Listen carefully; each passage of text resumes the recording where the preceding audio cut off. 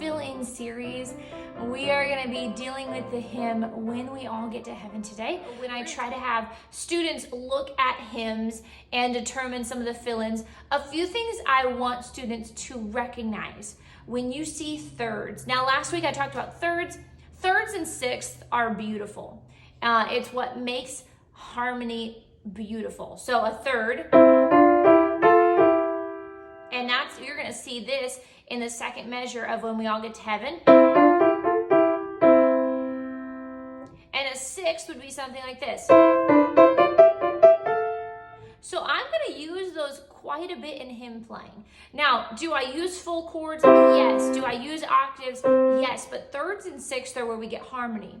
So when I'm looking at a hymn and I see motion in maybe the soprano and alto working in thirds, that's a great indication to me that I want to use that in both of my hands. So we're going to skip the first measure. We'll come back to that, but let's start with the second measure here. So right away I see this motion in thirds, and what I want to do is mimic that third motion by my right hand playing the melody as octaves, and I'm going to fill that chord in on the beats. If you can only do it on the strong beats, that's fine, but I'm going to do it on the beats. Why? Because it's just my C chord inversion. So if you're really good at playing inversions and you've practiced inversions, then you can play that easily. Now my left hand is going to take the alto note and it's going to play it down in its range. So now together, now I can do a few different ways of filling that in. I can play it up here. I would want to start in the middle first and then space those hands out, so it might sound something like this. So I was here, filling it in, and then I jumped. Or it might be something like this, where my hand stays in this range. And then I can branch out of it. Or it could be something like this.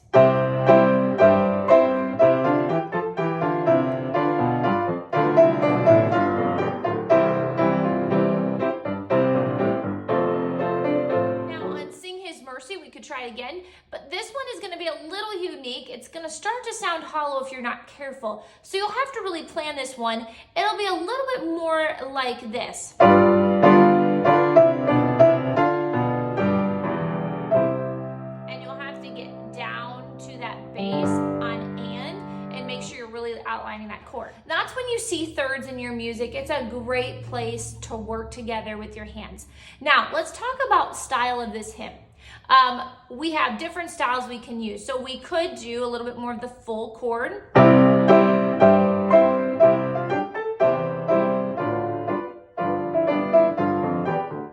I could use my octave chord. I could kind of do that big full style, but here's a really fun style to play.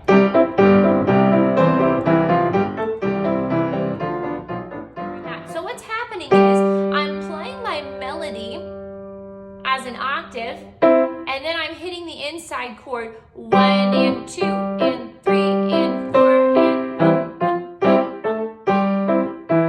So when I ever have quarter notes, that's what I'm doing. So basically, in essence, I'm taking away the need for me to do octave chording, and it's allowing me to do that octave chording a little bit faster.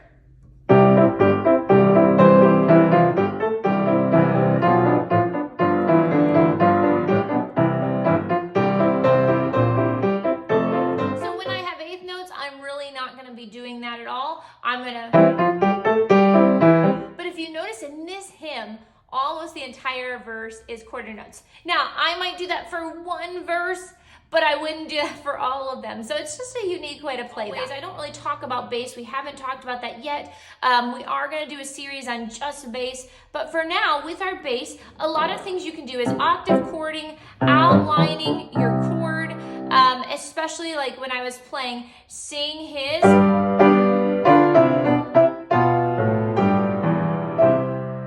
So in that first hold, I really don't have much time. I have 2 beats. So there's not much time to really do a whole lot here. A quick arpeggio would be great. You could even do just a quick echo chording. I built my way to that next melody note. I could walk to the next melody note.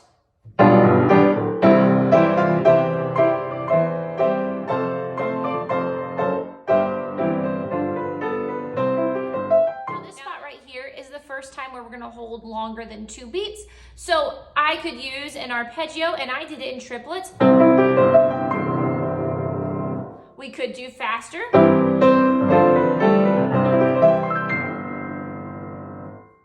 I could do numerous things, and I wouldn't have to do arpeggio. Working a scale. Here's some other cool rhythmic ideas you could do for that spot.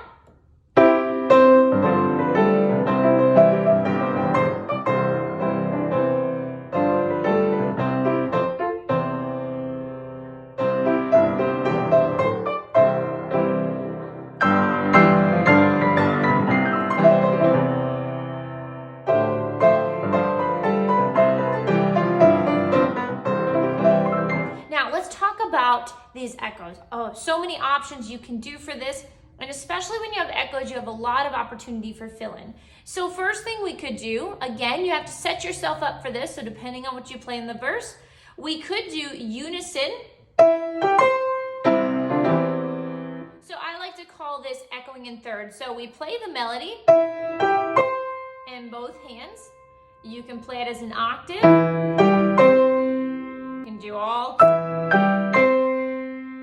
Depending on the feel of it. But then once I get done with that, we have a C chord, and my C, I'm going to walk it up.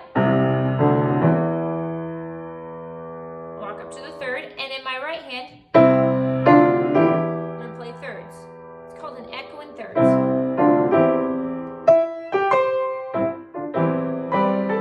Now, if I do that, I'm going to keep that third feel. So you might hear something like this.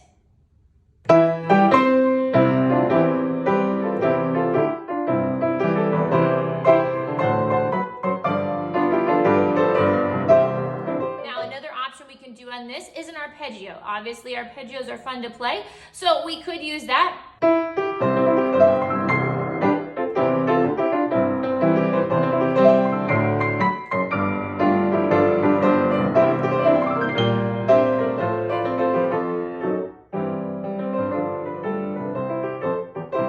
We could do something where we're kind of pulsing on the inside.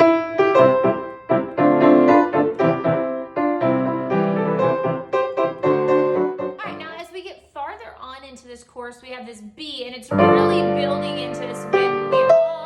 Now we can do some of the same principles. I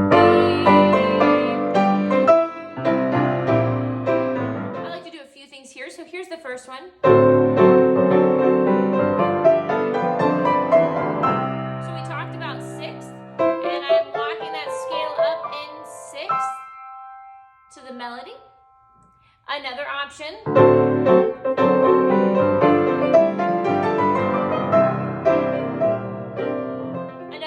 We could do here. So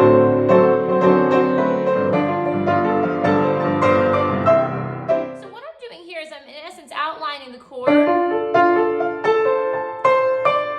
then I'm going to go into it. Now I outlined here a D minor, okay, which is the minor 2 for this hymn. Now remember, if you've watched previous, we can substitute while we're playing a congregational hymn. So if I'm playing a 1, I could also play the minor 6. If I'm playing a 4, I can play the minor 2. If I'm playing a 5, often I can play the minor 2 because they share a lot of the same chord tones. And that's what I'm doing here.